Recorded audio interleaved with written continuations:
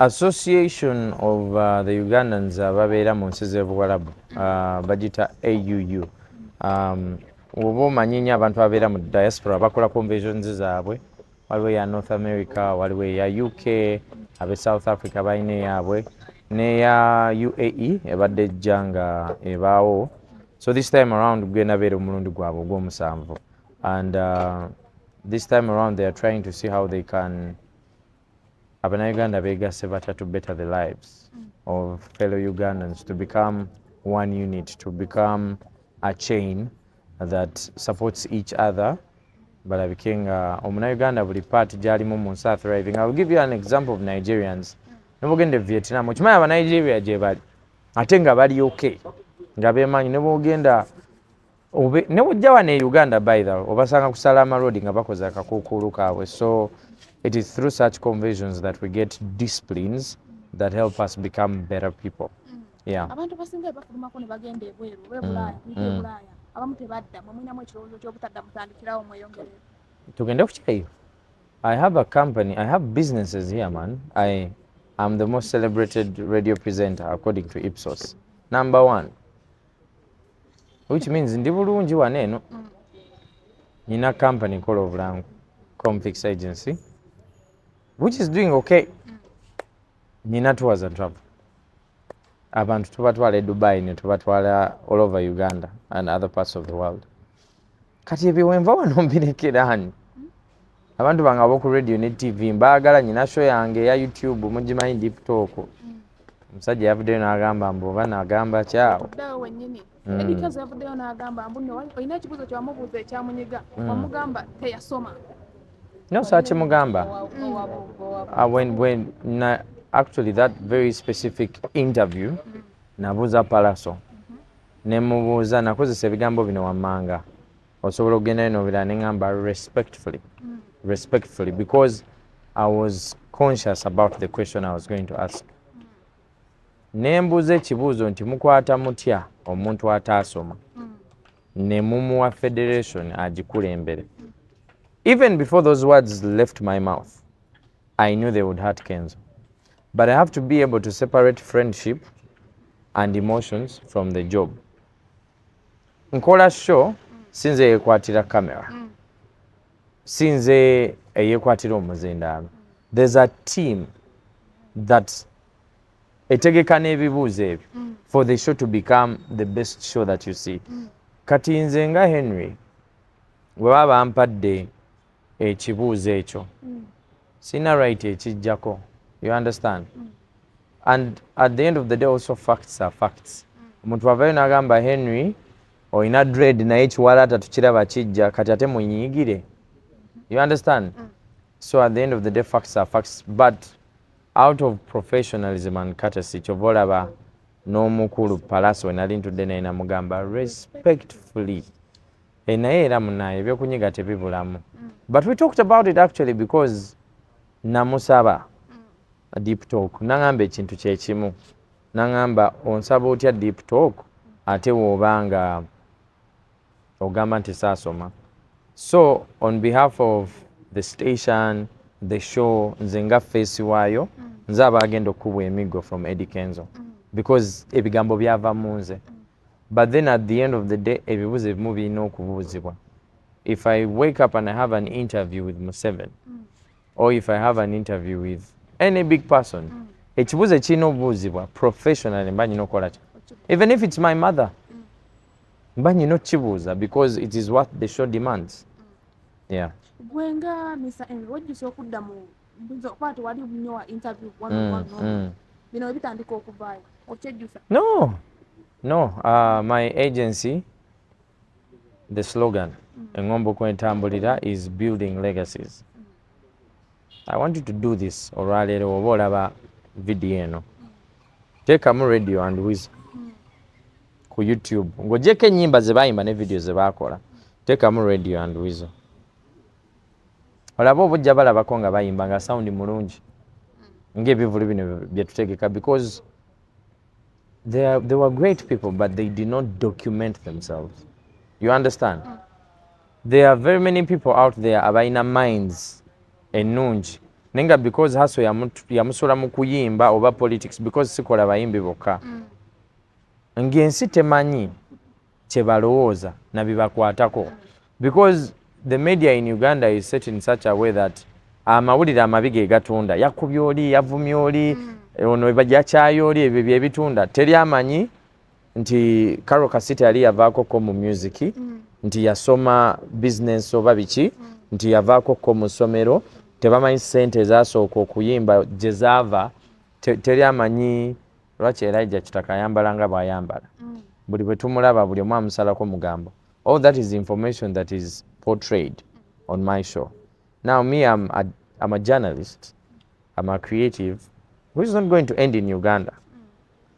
I need to set my bar so high so that tomorrow when you see me ku BBC or CNN kyenkola nga mukyekakasa okitegeera.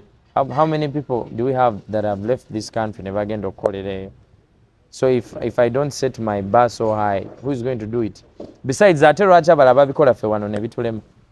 Why does Oprah have a beautiful show when you don't have such a show here? Why does Steve Harvey have a good show?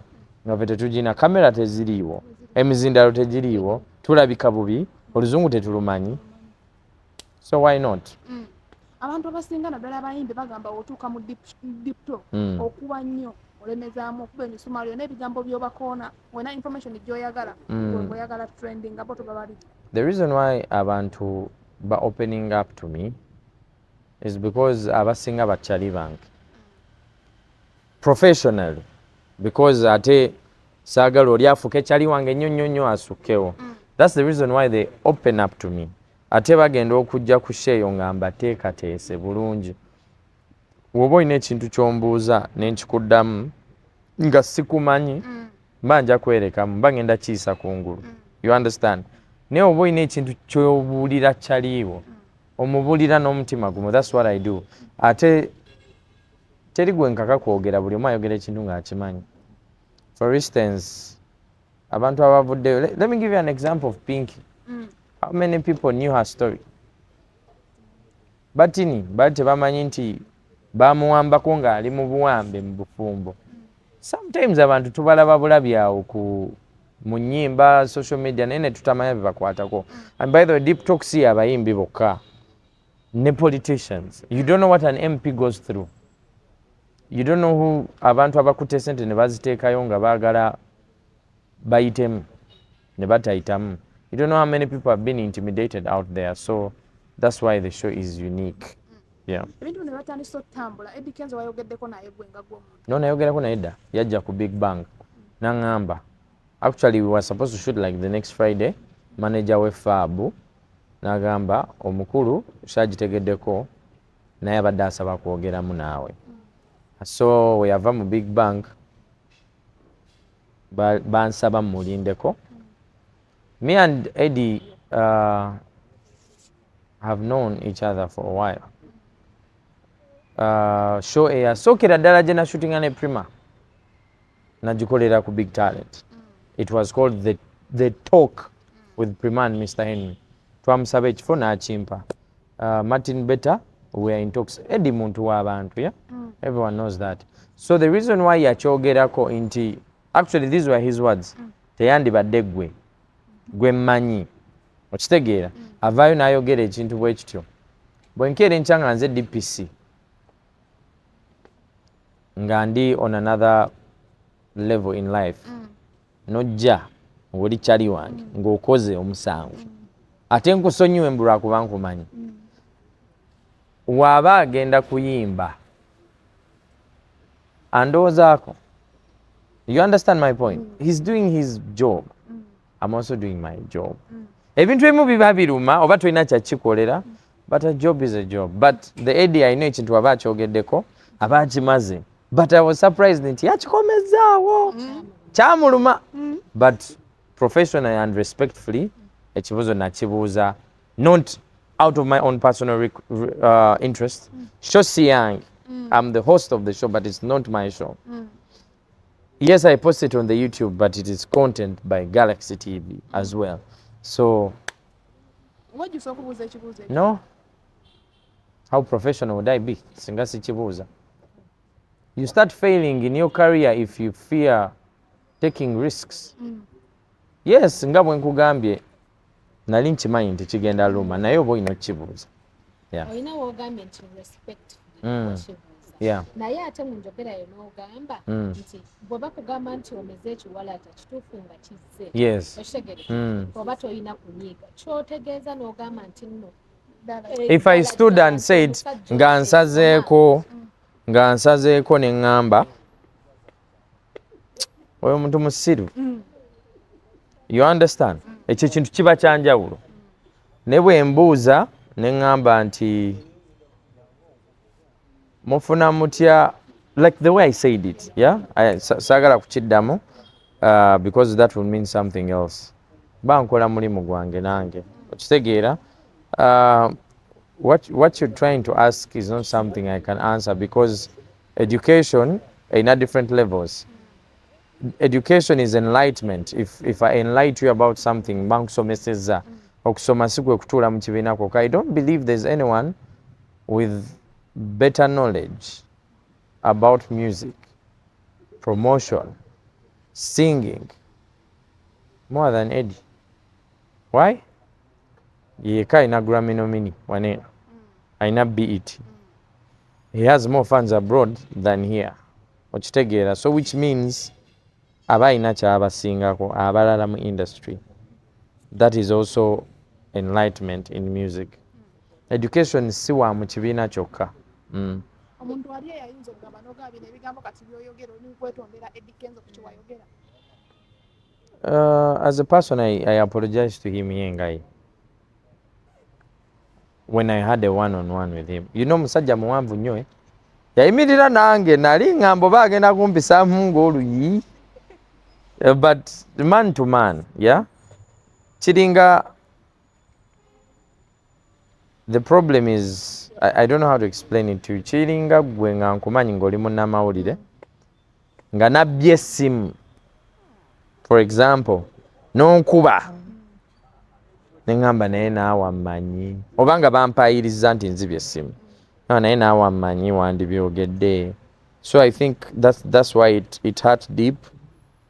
But if I start apologizing to everyone, ate kati mba ngenda kwetondera buli omu. Professionally kati ate lwaki mba nejjusa? Nasalawo okukola omulimu ogwo because ngusobola. The reason lwaki sheri bwetyo is because it's the way it's supposed to be. If tables turned around, naye nga yali mu ntebe yange aba asobola okubuuza ekibuuzo ekyo. Ate ye wandisanze nga yandinyiiziza maybe abantu bangi okusinga nze benyiiziza. But I try as much as possible to be professional.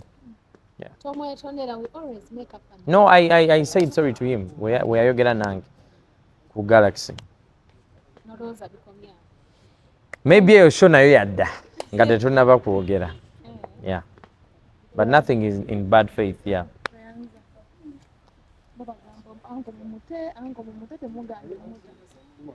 babanja nanti